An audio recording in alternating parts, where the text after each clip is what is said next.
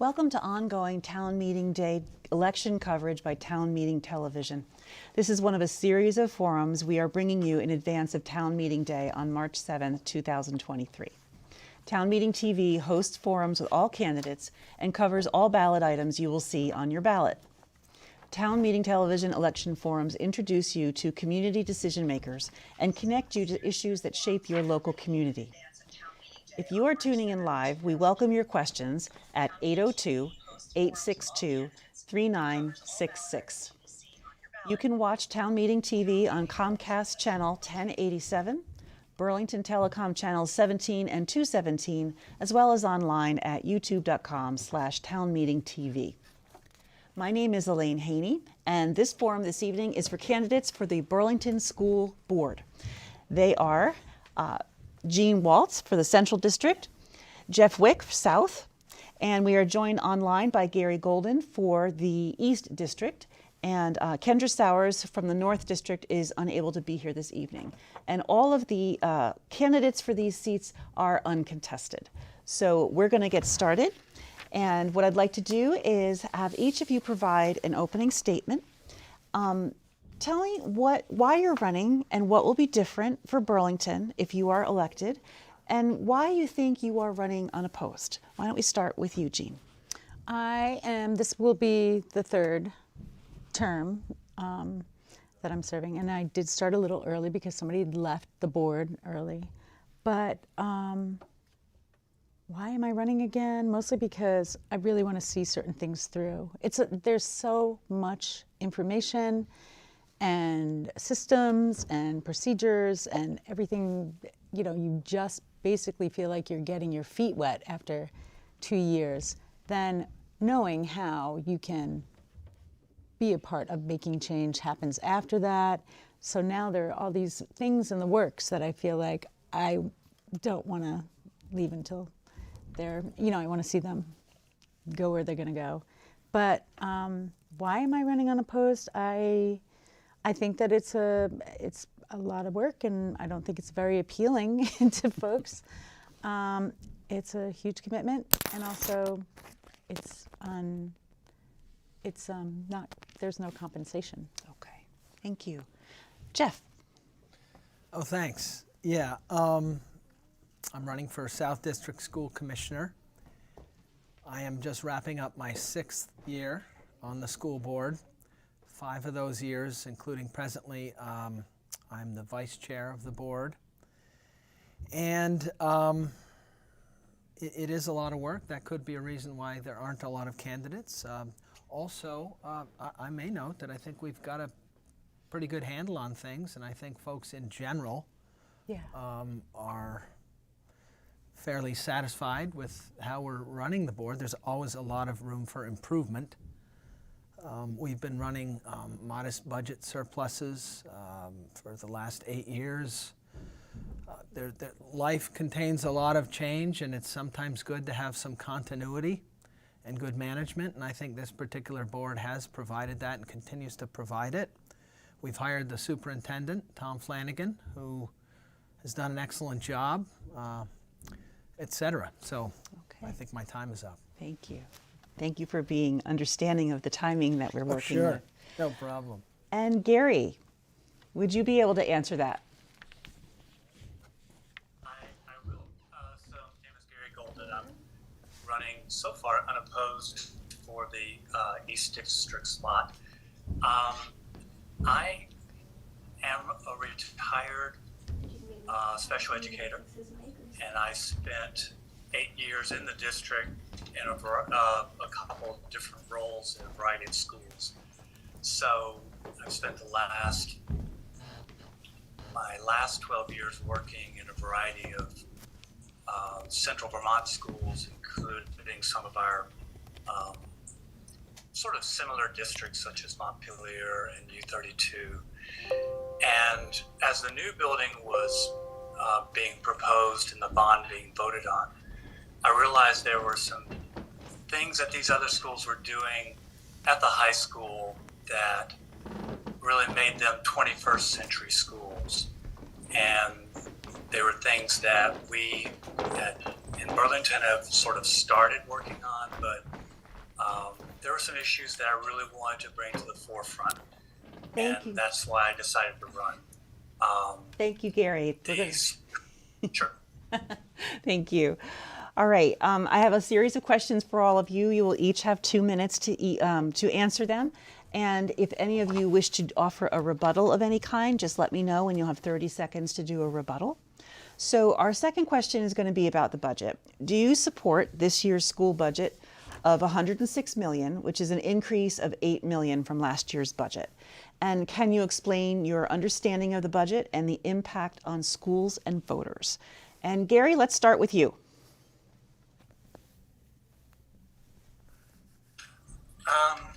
I have a basic understanding of the budget.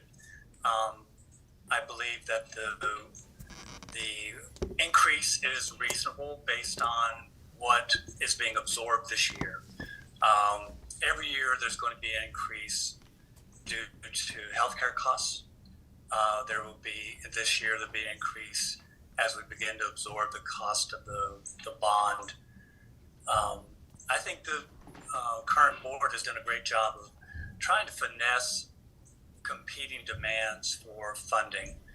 The use of RISE funding to give different principals, different buildings, the ability to adjust funding based on their needs is inspired. It's something I wish the state would help us with. So I think overall it's a reasonable increase. I think there's a net decrease in the number of positions, which I think is a response to your question as well. And that I think it really shows a good faith effort on the school board's part to keep faithful to voters about the budget that they've presented. Thank you. How about you, Jeff? Thanks, Elaine. I also support the school budget, and Gary clearly has a good grasp over this budget and its pros and cons. It is true, there is some headcount cutting. We do hope that through attrition and being able to move folks around, however, that it is our hope that no one will actually lose a job who wants to continue working in the Burlington schools. We estimate presently that the tax impact will be roughly 4%, which is within, I think, an acceptable range from my perspective. It's difficult because, as you know, we've just come out of a year to 2 years of a rather alarming inflationary environment. I guess we haven't come out of it yet, but as you know, inflation does seem to be ticking back down. That has, resulted in some increased people costs so that they can keep up their standard of living. So I do support it. We've tried to be very responsive to the needs of the community and the taxpayers. All right, thank you. And Jean, what are your thoughts on the budget? Well, I mostly want to point out the RISE. I want to focus on the RISE allocation and mostly about the process. In the past, when I first got on the board, which would be over 4 years ago, it was sort of decided, it felt very haphazard how things were decided. And there wasn't a lot of discussion, especially with the community, about how things could move forward. And essentially, every step of the way, things have been presented. And it, and as time went on, it became more granular, and logistics were proposed money-wise, and talking about, there might be a cut, or there might be a position, dissolved. There were community discussions, and people had meetings. They had emergency PTO meetings and stuff, and I took part of those, and I feel like the district responded so appropriately. There was nothing impulsive. Everything about the financial impact was mindfully conceived of, explained well, And I think people were willing to compromise because they were, after those discussions, were really invested in, like, these are all of our children, these are all of our schools. Your kid might be in this elementary school, but it's not going to be long before they're in that middle school.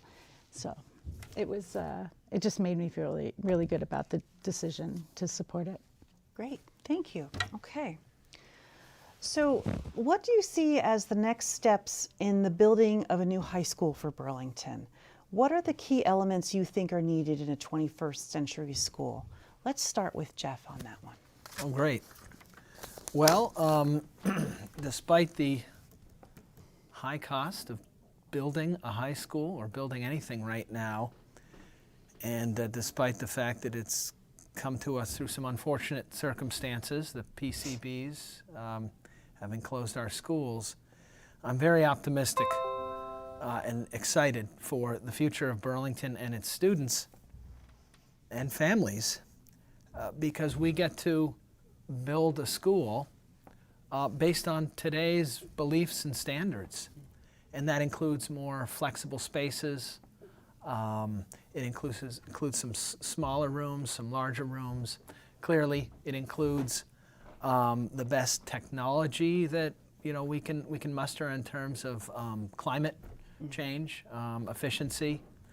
It includes the idea that a lot of natural light is healthy for people. So we're incorporating a lot of natural light, a lot of flexible spaces. The old high school wasn't built when everyone had a laptop, so there weren't simple things like not enough places to plug your laptop in and recharge things. So I'm very excited about all of that, and we get to rethink, from the ground up, or with our architects, our professionals, those who've done this before. So we're not making this up, but we've hired, I think, some of the best folks who we could find, regionally and nationally, who have built 21st century high schools. So I think it's going to work out really well. Great, thank you. And Gary, what are your thoughts on the new high school?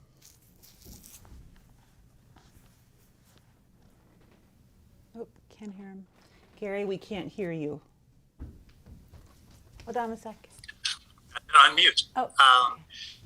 So I had a meeting with Tom Flanagan and Claire Wool a week or so ago, and saw the design of even the lobby.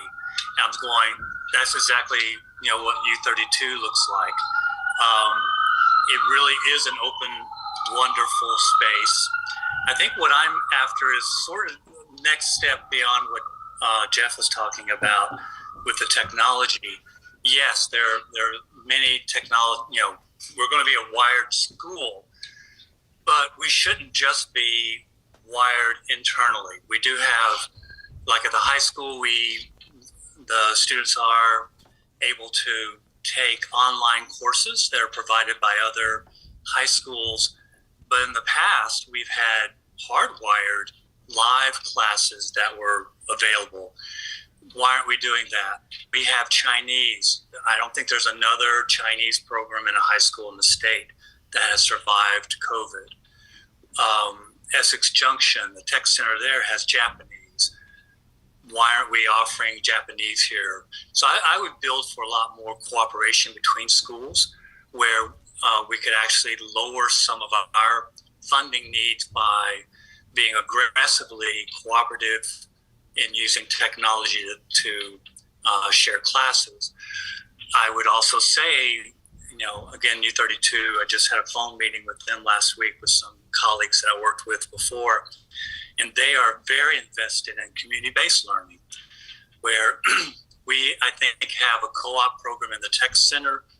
We, at one point, had someone at the high school who was coordinating that. I'm not sure that survived COVID. We should be much more aggressive about putting students out in the community with their interests, building skills, building careers. Thank you. And then, I think those are the two main things I would point out. Thank you. And Jean, your thoughts? I took this question much more literal, as in, what are the next steps? That's fine. And I know that the architects are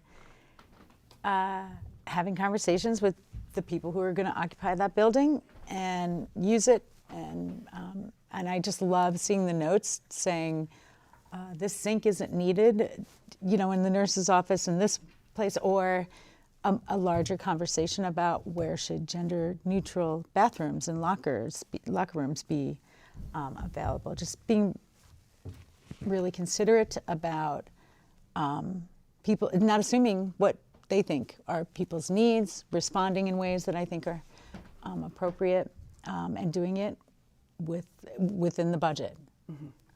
And then what was the second half part? What are the key elements of the 21st century?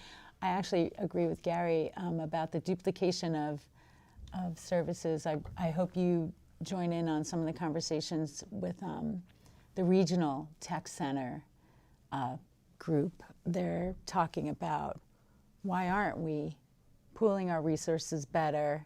I mean, they are talking about it. They are talking about let's pool our resources and not duplicate services, but also find ways to, concentrate the effort into one and bolster that one rather than have something that is kind of an afterthought. But essential stuff is making sure that these spaces that are established have the infrastructure that's going to be able, what would be the, I'm not sure what the word is, like adapted for the future needs, of which we don't necessarily know, but we know, a certain amount of electricity needs to go into a certain space, right? Right. Okay, thank you. So let's change topics and go in a different direction. What is your current understanding of the work around racial justice in schools, and how would you support leadership efforts and initiatives to meet the challenges of creating an equitable and thriving environment for all students?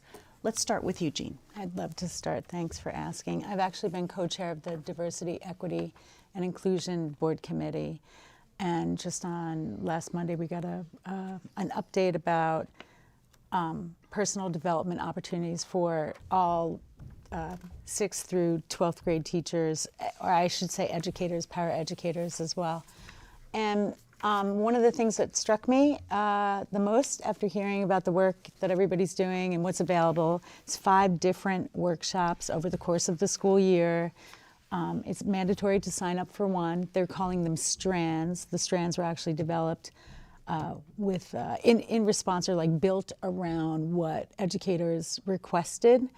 And the idea that I forget how many there are. There's at least a dozen, so there's a lot of variety. So people have a lot of choice out there, which I think, of course, feels good, right? There's ownership when you get to choose. But the thing that feels really different is what is referred to as buy-in. I don't think that people are being dragged to trainings kicking and screaming anymore. I think they've been asking, like, I want this, I need this. It used to be that the district relied on educators to attend trainings or workshops of this caliber on their, the district relied on folks to go out there and find the stuff that they needed for their classroom. So this is the first time it's really a serious, intentional training offering or personal development offerings. Okay, thank you. Gary, let's switch over to you for that question. Sure. I sort of had a front row seat to probably the last big waves of new Americans coming into our district. I was at Barnes now Sustainability Academy when the first Somali Bantu students showed up.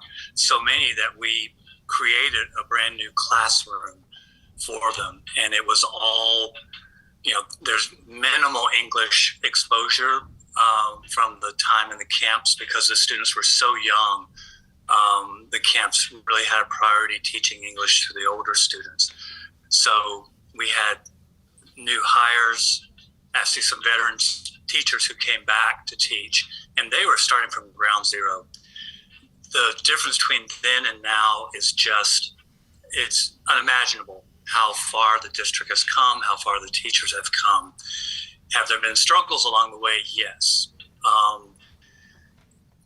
My ELL teacher friends in their workshops when I was in the district talked a lot about, just language difference in this case, Somali Bantu, Nepalese was the other group that came in.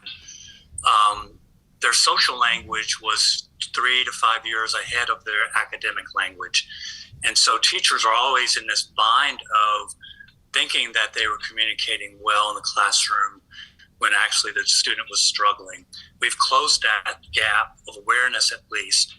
And I think Jeannie's committee's work on the equity issues around what we're offering students, making sure all students have access to the education they deserve is commendable. And I'm looking forward to, if not being actively involved, being an ally to those efforts. Thank you. Jeff. Yeah, sure. Agree with everything my colleagues here have said today. I suppose over the last decade, the equity work of the school district has become baked into the DNA. Is there a ton of room for improvement? There always is. We're not unique in that regard. An example regarding how it's part of what we believe in is the school district just went through a re-upping of its 5-year strategic plan. And I would suggest that each of our 5 key points are really equity infused. Number 1, we really believe in creating a sense of belonging and well-being for every student from every background. It's very important, deeper learning, they call it, for every student. Reimagining education for every student, giving them a variety of options. You're familiar with the Burlington City and Lake Project, where, as was discussed a little earlier tonight, students actually get to go out into the community and do their learning, community-based learning. It is a goal of the school district to have more educators who look like our student population. Obviously, still a long way to go on that. And we have moved away from standard disciplinary tactics towards what we call restorative practices. Specifically, just a couple more things. The school district, in regard to equity, has launched what they call a virtual equity workshop series with various student, staff, and community partners. We've finished our second summer of Racial Justice Academy. We have launched an LGBTQ plus task force made up of student, staff, and community members. It's essentially part of what we do as the school district. Great. Thank you. Okay. What educational reforms are most important to you and to your constituents over the next 5 to 10 years? And let's start with Gary.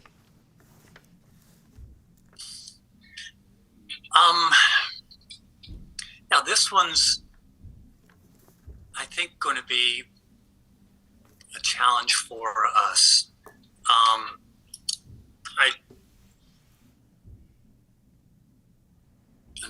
looking for words. This is a question that I had noticed on the list.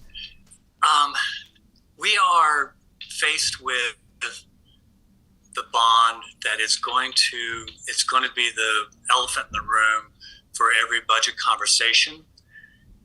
It's going to be the elephant in the room when we come up to teacher contract time, negotiation. It is a stressor for teachers, for staff, for administration. And it's going to be a challenge. I think the effects of COVID are still very present in our students, in our families, in our professional staff. I think we are not close to being through the effects of that time. I think everyone involved is just fried. They are completely, utterly fried. They're excited about what they do, but in the background, they are tired.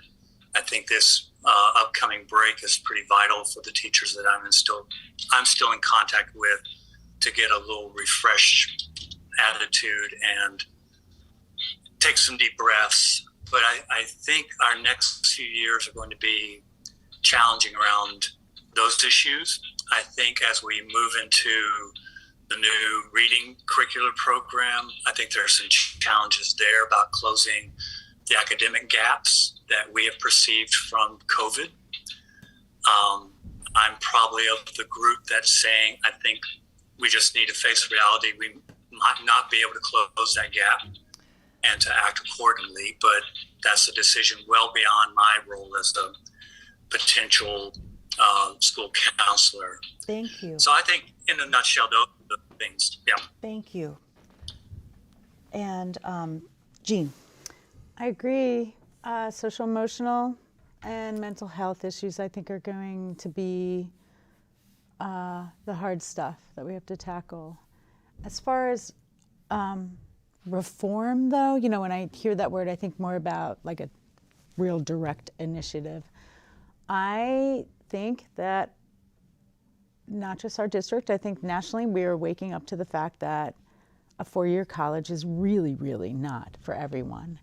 And so much so that now we're at a loss when it comes to people working in the trades. Everything is short-staffed. I mean, everything is short-staffed, but we're just finding skilled tradespeople just sparse, right? And I think that's because we put such an emphasis on the four-year bachelor's degree rather than alternative pathways to, first of all, not going to debt and finding a well-paying job. And I also think, unfortunately, people just weren't being paid what they should have been paid at some point in the trades. And I just think we're shifting. We're shifting from what we value in, you know, getting somebody ready to have a rewarding adult life. Thank you. Jeff. Right. I think one of the most important educational reforms over the next 5 to 10 years, hopefully in the next year to 2 years, is to reinstate state aid for school construction. We're not the only school district with, I'll call it, aging infrastructure. You know, building a new school is beyond really the budget of any individual town or city, and we at the state level, the legislative level, need to figure out how to fund this, provide some assistance. There's also a federal level. I think there's some tie between federal money that goes through the state and that can get funneled to school construction, but we need the support of our federal delegation on that as well. Much of schools were built in, what, the 50s and 60s? Well, all those schools are now 50 or 60 years old, more or less. And it's time to re-up and make sure that the students of our state have good learning environments that reflect today's, the way we live and our technology and beliefs about education today. Mm-hmm. Let's dive into that a little deeper with the three of you. What is your, and we'll stick with you, Jeff, what is your opinion of the efforts in Montpelier regarding school funding, and what would you recommend? Well, I think our local delegation of representatives and state senators this is top of mind for them. So they're aware of it and they're working on it. I'm less clear on whether the rest of the state's legislators have this top of mind as well. I hope they do, because all the schools throughout the state are going to get tested for PCBs, and you know, I hope we're an anomaly in Burlington, but not sure. And then it'll become everybody's problem, right? So I do think that there's an awareness, at least, especially now this year, for the first time. I think it's heightened. The awareness is heightened because of the BHS PCB problem. Right. Thank you. Jean, what are your thoughts on school funding? State level. Well, what I've been hearing of bills that are burbling up, they sound kind of radical, which is, of course, I like, but I wonder how they're going to be received during crossover, if they get to crossover.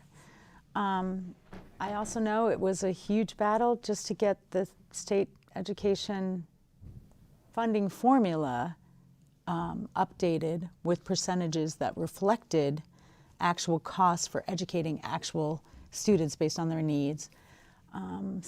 But it did happen, and I do think that Burlington commissioners will be keeping an eye on how that is rolled out. So it hasn't begun yet, and things sometimes get tweaked and changed slightly, and that was such a huge amount of work that it requires some maintenance as far as possibly advocating and speaking and bringing to attention if anything gets changed. So that's definitely something I'm going to keep my eyes on, because part of why our buildings were crumbling is because we had deferred maintenance, because we were not getting enough money to just give our kids an education. So and I'm sure we're not alone in that. But some of the nicer schools had a great, they had state funding that was pretty much more than they needed. Okay, thank you. Gary, what are your thoughts on school funding from Montpelier?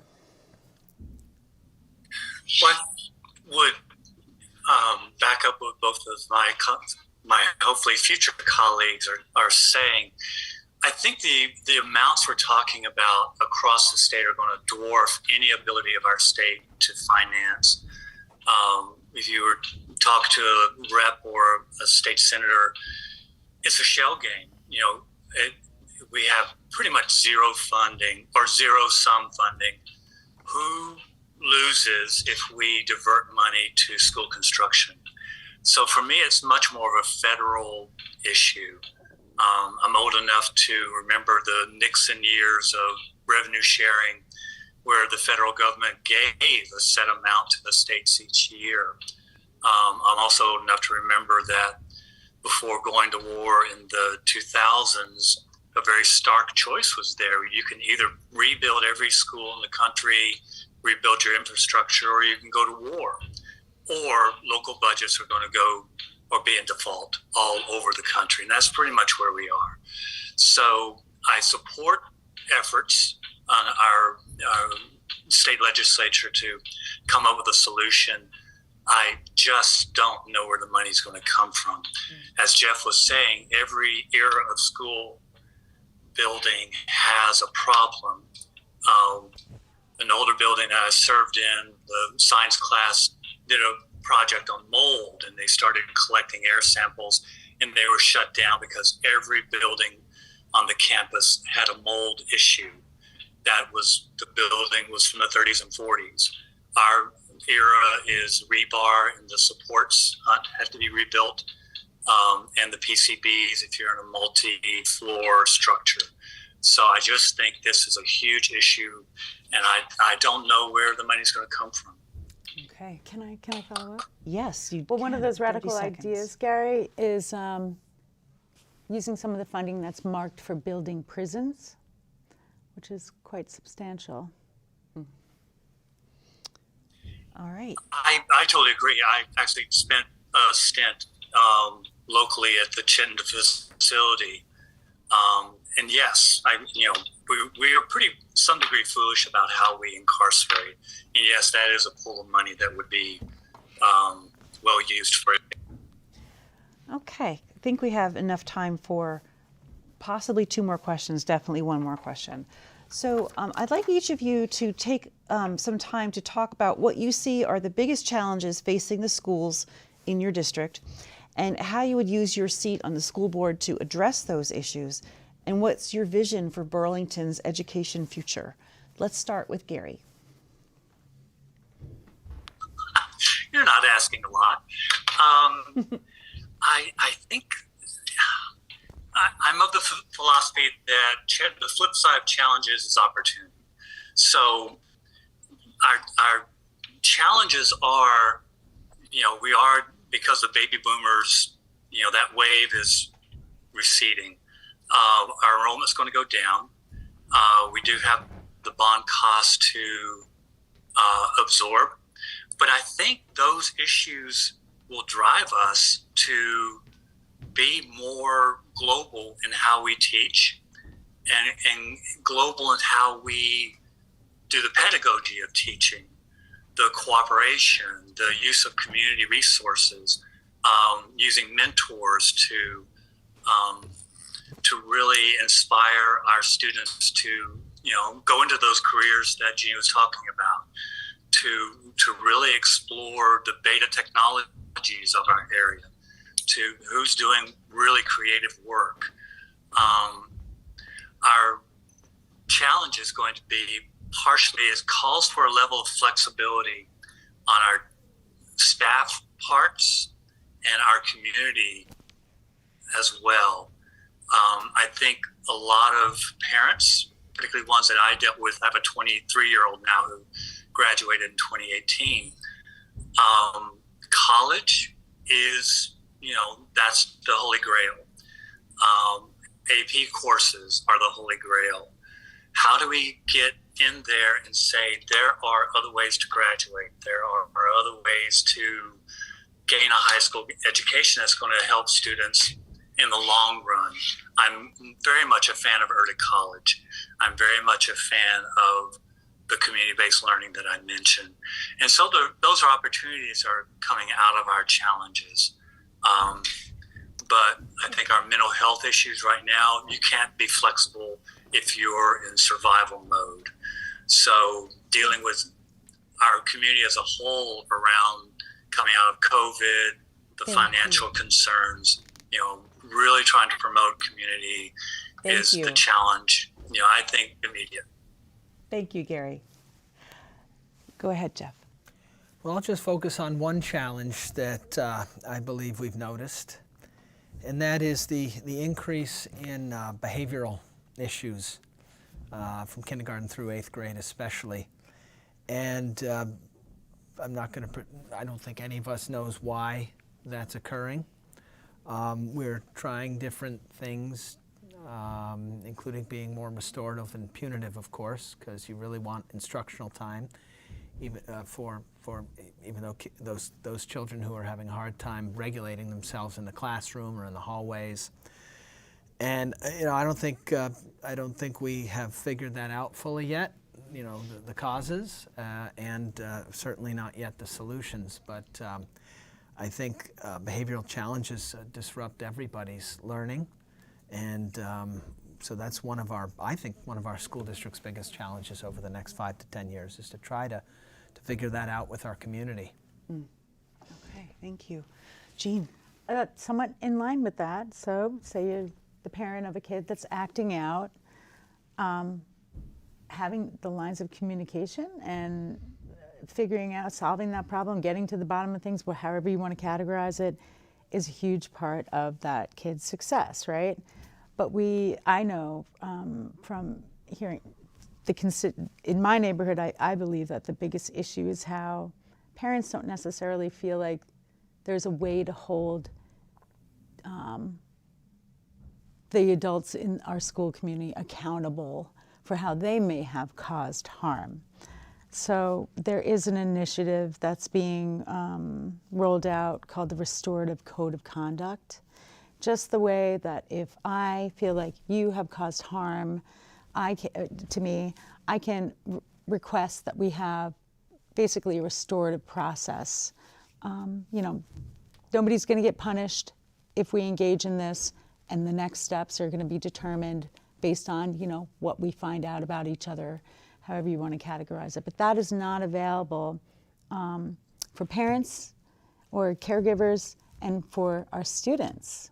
So believe it or not, our students are held to this certain standard, but the adults in the school communities are not. And I think that in itself causes this huge rift, right?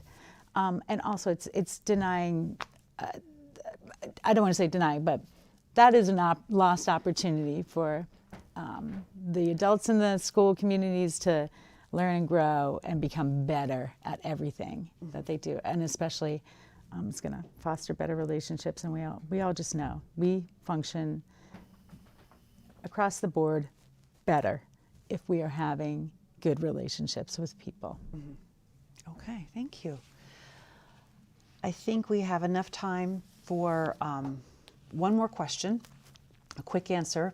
So talking about teacher well-being and retention, What do you understand as the current level of morale among Burlington teachers?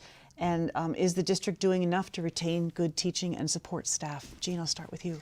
Well, I kind of feel like my last point talked about that. There is a climate survey that goes out every year. I'm curious to see how it, the response, the feedback, especially from teachers.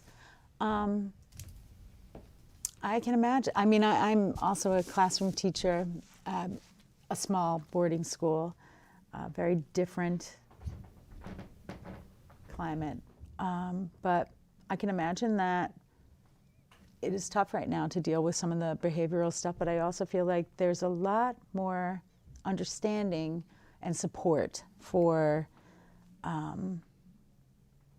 like nobody's gonna think like, oh, it's your fault, your classes, fill in the blank. I do feel like people are being heard.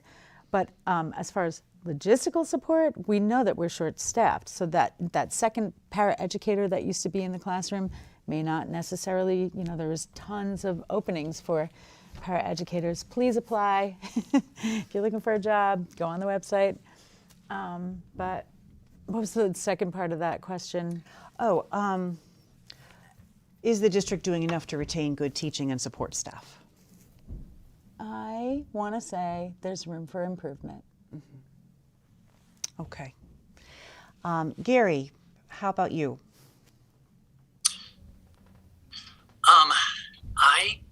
Since I'm probably more contact with recently retired teachers than current teachers, but I still would go back to emphasize everyone is just fried. The COVID year and a half was just so difficult in so many ways. So I think there's recovery coming from that. The second part, I was recently a part of an IEP meeting in one of the Essex schools for a friend, and there were 3 former Burlington teachers or staff in the meeting. So why did they move? I'm sort of reaching out to them to figure that out. But most of it is finances. Most of it's just a different population that's less stressed, just to call it what it is. So in some ways, it feels like we're a farm club for the other districts in the county. But I think we will continue to do the best we can to support our teachers and try to build those networks where they don't want to leave because they love it here. Thank you. And Jeff, what is your response to that question? Sure. Well, I've been the chair of the negotiations committee of the board for 5 years now, roughly speaking. And I think I can report that the board, the administration, and the teachers union and other unions with whom we negotiate, I believe we've got a very productive and good relationship, and that we're all rowing in the same direction. And a good example of that would be the 3-year contract we just signed with the teachers and with the paraeducators. I think we were very pleased to, I don't want to say give them, but to be able to provide, some of the things that they wanted and needed. And I think they were pleased as well with the bargain. And beyond just the money, I think there is a level of trust and understanding, an increasing level of trust and understanding between union, administration, and school board. So I'm generally speaking seeing a healthy relationship, much healthier than I saw 6 to 10 years back. So I'm very glad about that. Okay. Well, thank you very much, all of you. We are out of time for your comments this evening, but I would like to thank our candidates, Gary Golden, Jeff Wick, and Jean Waltz, for being here this evening. And thank you for tuning into Town Meeting TV's ongoing coverage of local candidates, local budgets, and ballot items. You can find this and more forums at www.ch17.tv. Don't forget to vote on or before March 7th. Ballots are not mailed automatically, so please check with your town clerk to request a ballot or make sure to get to the polls on March 7th. Thank you for watching and sharing Town Meeting Television. If you are not already, please subscribe to our Town Meeting TV YouTube channel, and have a good evening.